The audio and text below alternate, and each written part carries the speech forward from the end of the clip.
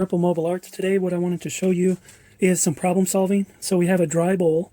This has started out a dark gray color, just like this elephant that was created, and then it starts to dry, the water evaporates and it turns gray. When it is fired, it turns white. Now with a clear glaze, it darkens up just a little bit. So let's say you've been making an elephant out of clay. Once the elephant's made, it's starting to dry, and before you know it, the ear falls off. Now, if this falls off, what you want to do is to see how wet it still is. If the clay is flexible, you can easily dip it in the slip, stick it back on, and blend the clay together so that it's fully joined. You want to do this in both the front and the back. Now, if it's starting to dry, you may need to use a spritz bottle. Now, the spritz bottle, you can spray the clay down, take a bag and wrap it up and keep it airtight. Give it maybe an hour or two, spray it again. You might have to do that several times. It starts to re-wet the clay. Hopefully that helps. Sometimes it doesn't want to cooperate. Other times it becomes flexible again and you can rejoin the piece. Now lots of slip will help almost anything. So if it's really dry and you're having lots of trouble, put lots and lots of slip. Slip is just simply wet clay. We dip it into the slip, put lots of it on there, squish it on, and then blend it together.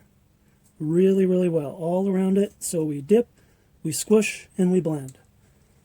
Now if your piece has some jagged edges, you can always use a butter knife and trim some of those off as much as you want. If the clay is left uncovered for a while, this clay will start to dry out. Now, dry clay will be hard to work with. You can spritz it a little bit. It takes a while for the water to sink in. Sometimes it's never reusable. So the best thing to do is always keep your clay in some kind of a bag. Anything you're not using, keep it airtight. So wrap it nice and tight. Maybe fold it over and store it so that it stays airtight. There's no air getting into the bag.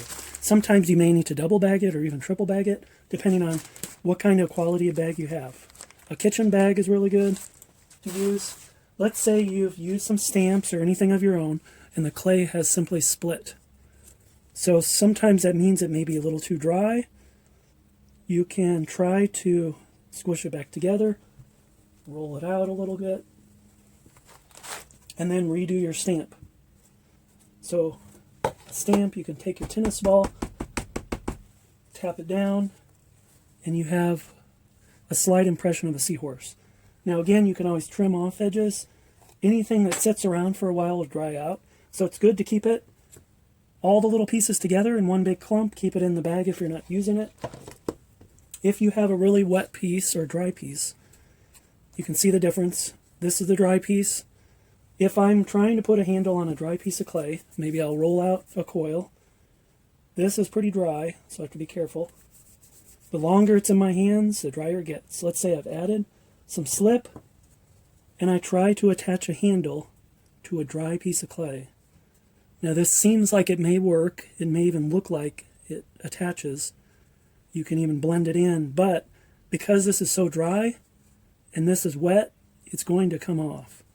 So what you need to do is get both pieces of clay to about the same consistency.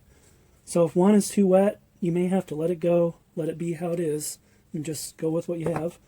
Make a new piece and try to keep everything together with the same kind of consistency in the clay.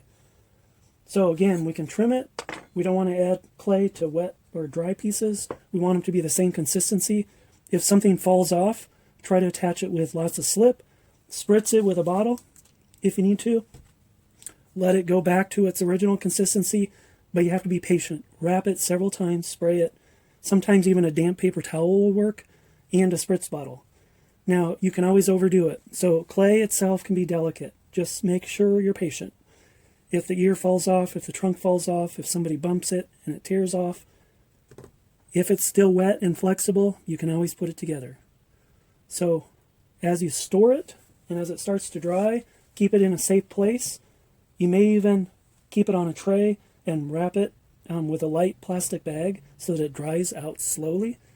You can dry it on a board or a piece of cardboard, anything that can absorb water.